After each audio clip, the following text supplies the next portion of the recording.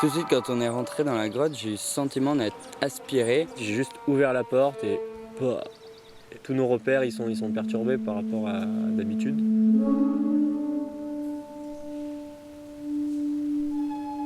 On a l'impression que ces stalagmites, ça fait des espèces de gros champignons, qu'on est dans une espèce de forêt d'une autre planète, enfin on n'est plus du tout sur Terre. C'est assez étrange, c'est hyper agréable de pouvoir créer là-dedans et de se jeter dans l'infinité des possibilités qu'on a.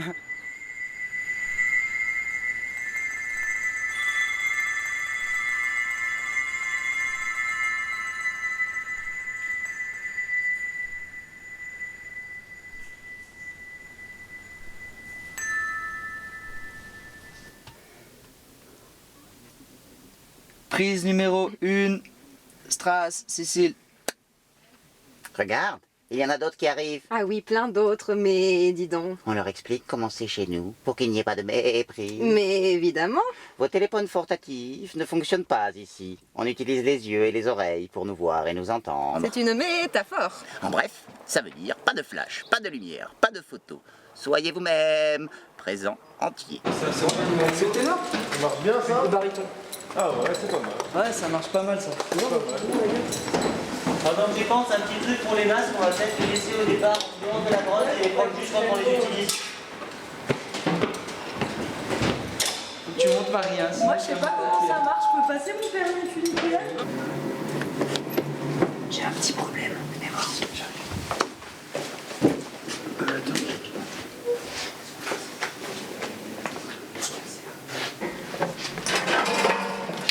On est en train d'installer un bazooka. C'est exactement ça.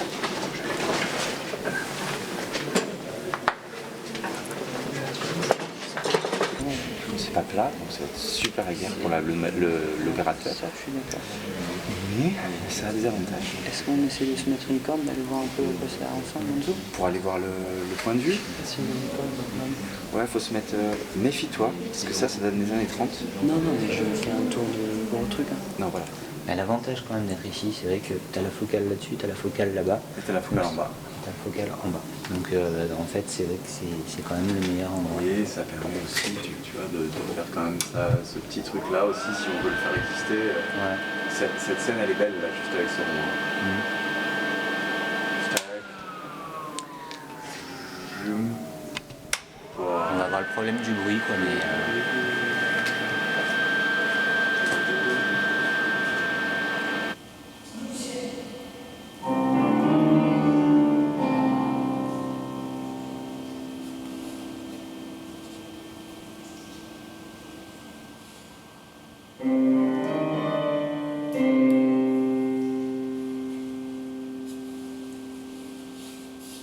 La création, c'est un moment, une période où tu vas chercher au plus profond de toi-même, au plus profond de ton mental, et de ce que tu sais faire et de ce que tu sais pas encore faire, pour aller te nourrir et pour aller t'enrichir d'expériences et des autres.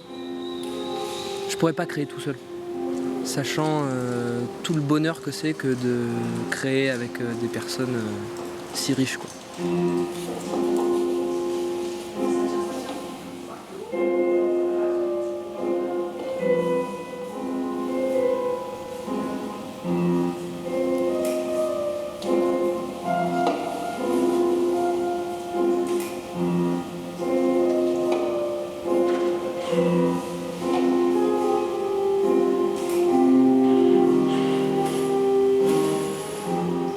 Tout ce processus de création, il y a énormément de douleur aussi, des fois.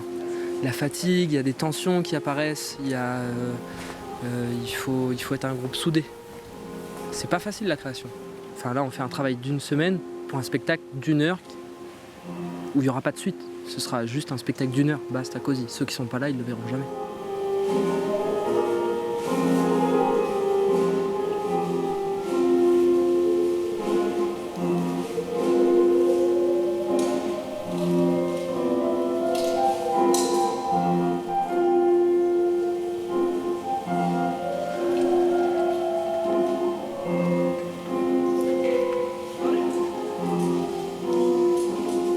que j'aime avec ce spectacle, c'est qu'il y a vraiment un espace particulier à investir.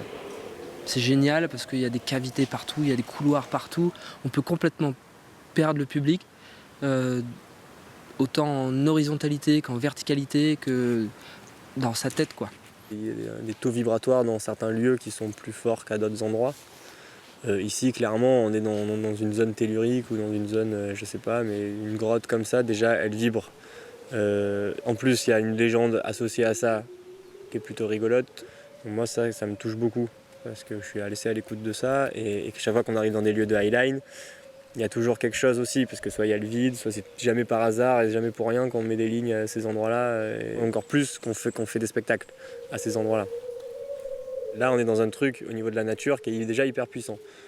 Donc nous, on arrive avec nos énergies d'humains, avec nos envies, avec tout ce qu'on a envie de créer. Voilà, on ouvre le champ des possibles complètement. Et c'est ça qui est intéressant, c'est du coup on se sert de notre outil de base pour ensuite le décliner avec chacune de nos compétences et en faire et diversifier ce truc-là. Et moi c'est ce qui me tenait à cœur dans Moule 12, c'est mettre du sens dans l'highline. On fait le highline pour créer quelque chose, pour que ça déclenche quelque chose.